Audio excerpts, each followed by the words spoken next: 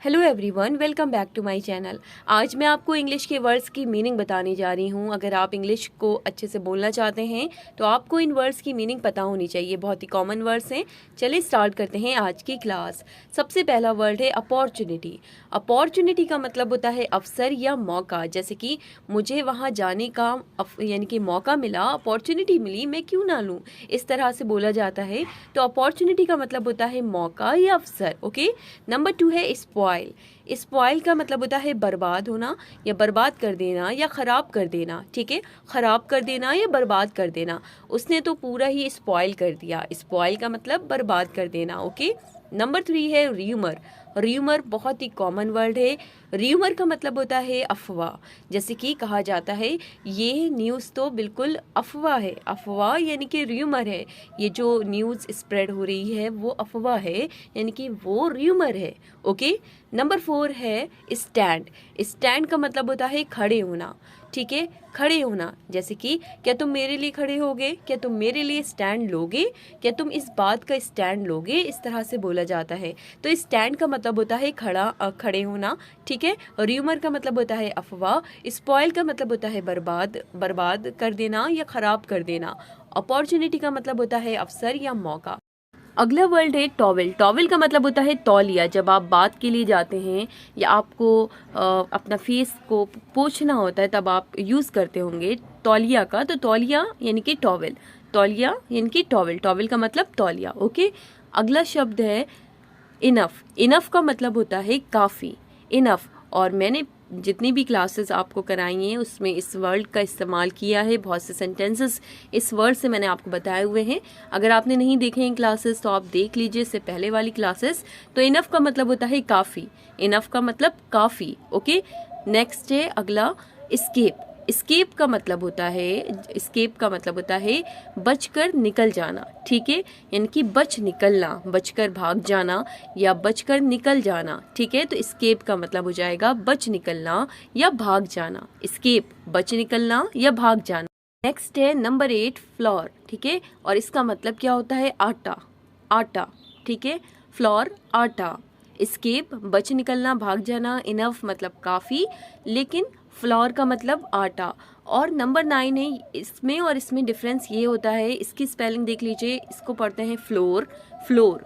और फ्लोर में आप यू का इस्तेमाल नहीं करते बल्कि ओ लगाते हैं, FLOOR। तो ये है फ्लोर, और फ्लोर का मतलब होता है फर्श। ठीक है, फ्लोर, फ्लोर पर पोछा लगा दो। ठीक है, तो फ्लोर का मतलब फर्श और फ्लोर मतलब होता है आटा, आटा। नेक्स्ट है नंबर 10। नंबर 10 है कॉपरेट। कॉपरेट का मतलब होता है सहयोग करना, यानी कि किसी के साथ आप उसकी मदद करें, सहयोग करें, तो कहा जाता है कॉपरेट। ठीक है, कॉपरेट। मैंने उसके साथ कॉपरेट किया, यानी कि उसके साथ सहयोग किया, कॉपरेट। अगला शब्द है एनदर। एनदर का मतलब होता है दूसरा, एन अदर। एनदर का मतलब दूसरा। ओके, एनदर का मतलब हो जाएगा दूसरा। ओके, ध्यान रखिएगा। नेक्स्ट है नंबर 12 विसल। विसल, इसकी स्पेलिंग पे ध्यान दीजिए और इसके प्रोनाउंसिएशन पे ध्यान दीजिए। विसल, मैं पढ़ रही हूँ विसल, लेकिन इसकी स्पेलिंग क्या है, WHISTLE। इसे पढ़ा क्या जाएगा, विसल। और विसल का मतलब होता है सीटी बजाना। विसल, सीटी बजाना। नेक्स्ट है नंबर 13। नेक्स्ट है स्प्रेड। स्प्रेड का मतलब होता है फैलाना, फैलाना। ओके, आपको कहना है कि ये चीज़ इस पे फैला दो, आप कहेंगे स्प्रेड कर दो, स्प्रेड कर दो। इन वर्ड्स का इस्तेमाल आप अपने डेली लाइफ में करा करें। जब भी आपको बोलना हो फैलाना, आप स्प्रेड बोला करें। ठीक है, तो इस तरह से आपकी प्रैक्टिस होती जाएगी। नेक्स्ट है नंबर 14 ड्यूरिंग। ड्यूरिंग का मतलब होता है दौरान। जैसे कि मैंने कहा कि वो एग्ज़ाम के दौरान आया था। ठीक है, एग्ज़ाम के दौरान आया था, तो ड्यूरिंग का मतलब हो जाएगा दौरान, ड्यूरिंग, दौरान। जैसे कि मैंने कहा कि वो खाने के दौरान चुप रहा, वो खाने के दौरान चुप रहा, तो मैं बोलूंगी he kept silent during the meal, he kept silent during the meal. Okay. Next word है फैमिलियर। फैमिलियर का मतलब होता है पहले से ही जानकारी होना, पहले से ही जानकारी होना, फैमिलियर। ड्यूरिंग का मतलब दौरान, स्प्रेड का मतलब फैलाना, विसल का मतलब सीटी बजाना, एनदर का मतलब दूसरा। नेक्स्ट है नंबर 16 लेटर। लेटर का मतलब होता है बाद में। ओके, एक होता है पत्र, लेटर की स्पेलिंग पे ध्यान दीजिए, LETTER अगर ये है, इसका मतलब हो जाएगा पत्र, उसे भी लेटर पढ़ते हैं। लेटर का मतलब होता है पत्र, लेकिन लेटर का मतलब होता है बाद में। ठीक है, मैं तुम्हें बाद में कॉल करूँगा, मैं तुम्हें बाद में कॉल करूँगा, अगर आपको ये कहना है तो बाद में के लिए आप बोलेंगे लेटर। ओके, नेक्स्ट है नंबर 17, कॉन्स्टिट्यूशन। कॉन्स्टिट्यूशन मतलब होता है संविधान। हमारा जो संविधान है, हमारा जो कॉन्स्टिट्यूशन है, तो कॉन्स्टिट्यूशन मतलब संविधान, अवर कॉन्स्टिट्यूशन, हमारा संविधान। ठीक है, तो कॉन्स्टिट्यूशन का मतलब संविधान। नेक्स्ट है नंबर 18, स्प्लेंडेड। स्प्लेंडेड का मतलब हो जाएगा, ये वर्ड बहुत यूज़ हो रहा है और ये बहुत ही मतलब कि इम्पॉर्टेंट वर्ड है। तो स्प्लेंडेड का मतलब होता है शानदार। जब आपको किसी की तारीफ़ करनी हो, आप कहेंगे स्प्लेंडेड। ठीक है, स्प्लेंडेड, शानदार। नेक्स्ट वर्ड है नंबर 19, ऑथेंटिक। ऑथेंटिक का मतलब होता है असली, जैसे कि ये कंटेंट असली है, तो ऑथेंटिक यानी कि असली। नकली और असली आपने सुना होगा, तो असली के लिए आप यूज़ करेंगे ऑथेंटिक। जैसे कि ये किताब नकली नहीं है, ये किताब ऑथेंटिक है, ऑथेंटिक राइटर की बुक है, तो ऑथेंटिक का मतलब असली। उसी तरह से अगला जो वर्ड है वो है फोबिया। फोबिया का मतलब होता है डर, जैसे कि आप कहते हैं कि अरे उसे तो ऊंचाई से डर लगता है, यानी कि उसे फोबिया है ऊंचाई का। ठीक है, ऊंचाई से उसे फोबिया है, डर। या फिर आप कहते हैं कि अरे वो पानी से बहुत डरता है। ठीक है, तो फोबिया मतलब होता है डर। उसी तरह से अगला शब्द है डिलेमा। डिलेमा का मतलब होता है दुविधा। जब आप दो सिचुएशन में फंसे होते हैं कि मैं ये करूँ या फिर वो करूँ, तो आप डिलेमा में होते हैं, यानी कि आप दुविधा में होते हैं। तो दुविधा यानी कि डिलेमा। Okay, dilemma. नेक्स्ट है नंबर 22, ऑगनी। ठीक है, AGONY, ऑगनी।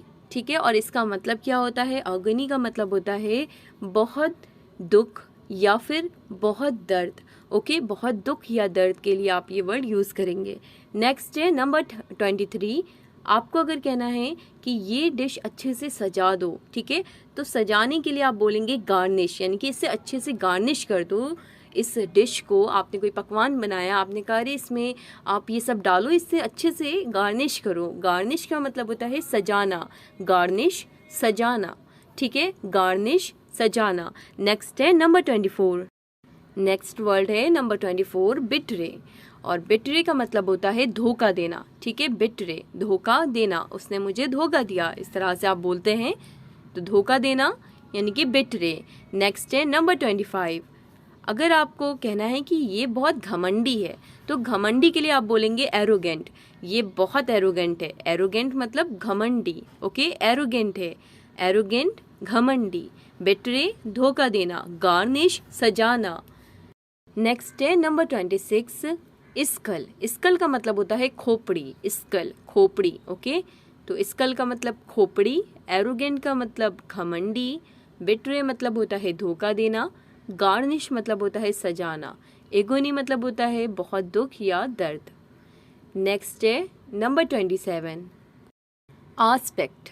Aspect, ASPECT। आस्पेक्ट का मतलब होता है पहलू, यानी कि मैंने इसका ही अभी तक की आस्पेक्ट सुना है, यानी कि पहलू देखा है, तो आस्पेक्ट का मतलब होता है पहलू। ओके, नेक्स्ट है नंबर 28, आपको अगर कहना है कि नकल, नकल के लिए आप वर्ड यूज़ करेंगे इमिटेट। इमिटेट, इमिटेट का मतलब होता है नकल करना, इमिटेट। Okay, imitate. नेक्स्ट है नंबर 29, स्नीज।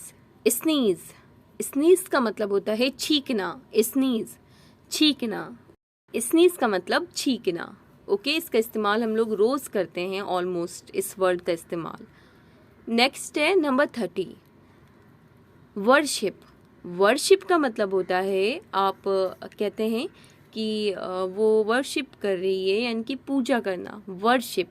ओके, पूजा करना, वर्शिप।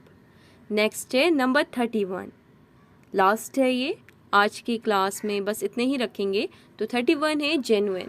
जेन्युइन का मतलब होता है असली, जैसे कि वो व्यक्ति जेन्युइन है, यानी कि वो जो कह रहा है वो जेन्युइन बात कह रहा है, यानी कि वो सही बात कह रहा है, वो असली बात कह रहा है, वो जेन्युइन बात कर रहा है, तो जेन्युइन।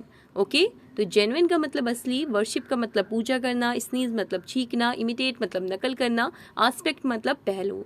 तो आज की क्लास में बस इतना ही रखते हैं, इतने ही वर्ड्स की मीनिंग आज की क्लास में हम लोग जानेंगे। आपको इससे हेल्प मिले तो वीडियो को लाइक ज़रूर करें, शेयर करें, सब्सक्राइब नहीं किया है, चैनल पर नए हैं तो सब्सक्राइब करके बेल आइकन को ज़रूर प्रेस कर लें, ताकि जब भी मैं वीडियो अपलोड करूं आप तक नोटिफिकेशन पहुंच जाए। मिलते हैं आपसे नेक्स्ट वीडियो में कुछ नए वर्ड्स के साथ। Thanks for watching.